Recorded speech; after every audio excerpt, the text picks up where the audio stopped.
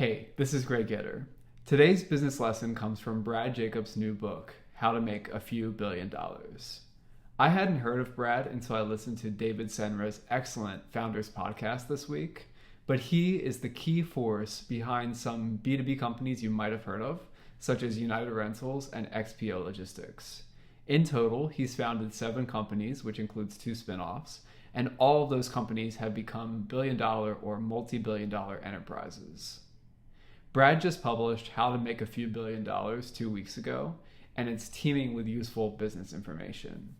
I'm still making my way through it, but one of the key lessons that jumped out at me came from Chapter 4, How to Build an Outrageously Talented Team. Almost every successful founder will tell you that the team you surround yourself with makes or breaks your business.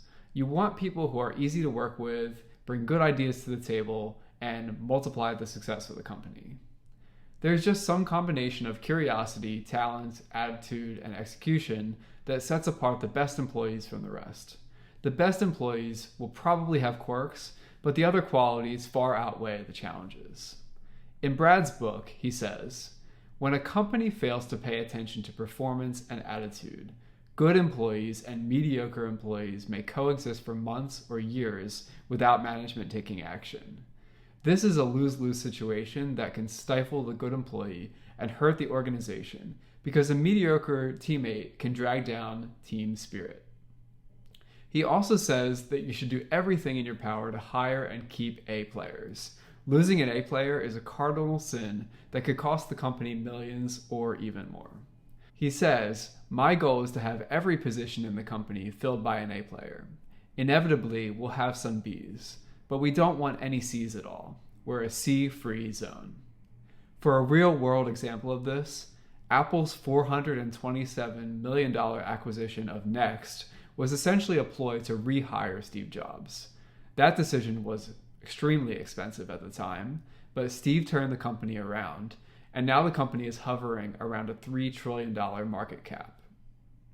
So how do you determine which employees are great and which ones are dragging the company down? Brad's book presents a framework that helps you instantly identify whether an employee is good or mediocre, ranked by A, B, and C.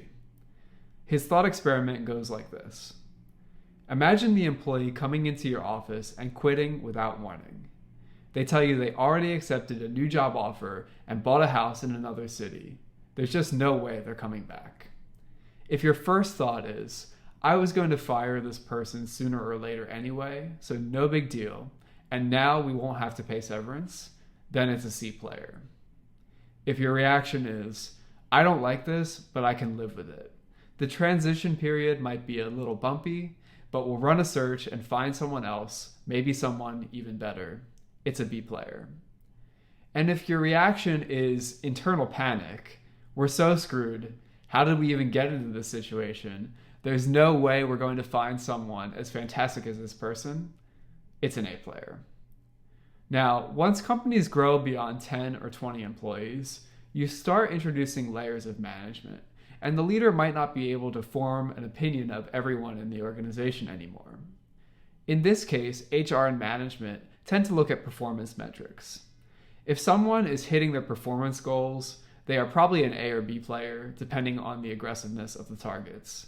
Meanwhile, someone with consistent performance issues is probably a C player, especially if they're one of the few or there are some players who are really hitting their performance goals at the same level. But you have to be careful with this because there might be external factors that are preventing that particular employee from hitting their numbers. You should sit down with the employee and talk to them. Give them the space to tell you what's going on.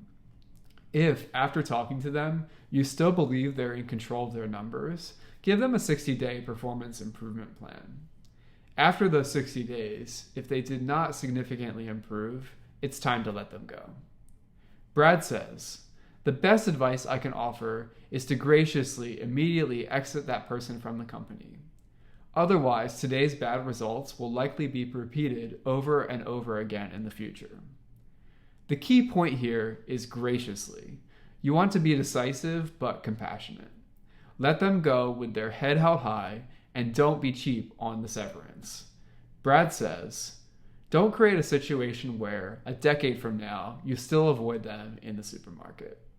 Now, I have a couple additional thoughts here, mostly aimed at ambitious employees, as frameworks like Brad's are almost surely affecting your career trajectory. If you're a new employee still in the ramping up phase, you might not be able to prove yourself with performance numbers just yet, and you might not even have performance numbers assigned to you. In this scenario, the best thing to do is show curiosity and tenacity in learning as much as you can. Meet with many people, ask lots of questions, ask to shadow people, and offer to help. The relationships you build should eventually allow you to achieve what you want to achieve at the organization. If you are ramped and you feel that you are not able to be successful, even though you're excited about achieving the goal, consider that this might not be the right role or company for you.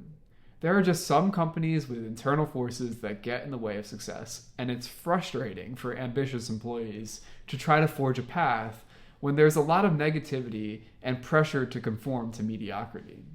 The worst feeling is when you have an extremely ambitious target, but nobody around you believes it can be achieved, and you're essentially on your own.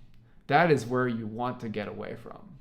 Now, if you have an ambitious target and you just aren't excited about hitting it, that's a sure sign that this is the wrong role, not a maybe. Start trying to do adjacent roles and see if that gets you any traction. And otherwise, consider looking for another company that will allow you to achieve something great. With all that said, if you found this video helpful, I'd love it if you could subscribe to this channel. And let me know in the comments if you see the ABC employee ranking framework helpful, either as a business leader or as an employee. I have a link to Brad's book in the description, along with a link to David Senra's Founders Podcast, which covers the book in brief if you want to get some more details on the book first. If you do end up purchasing the book through my link, it does help support the channel. I'll be back next week with another short business lesson, and thanks in the meantime, and have a great day.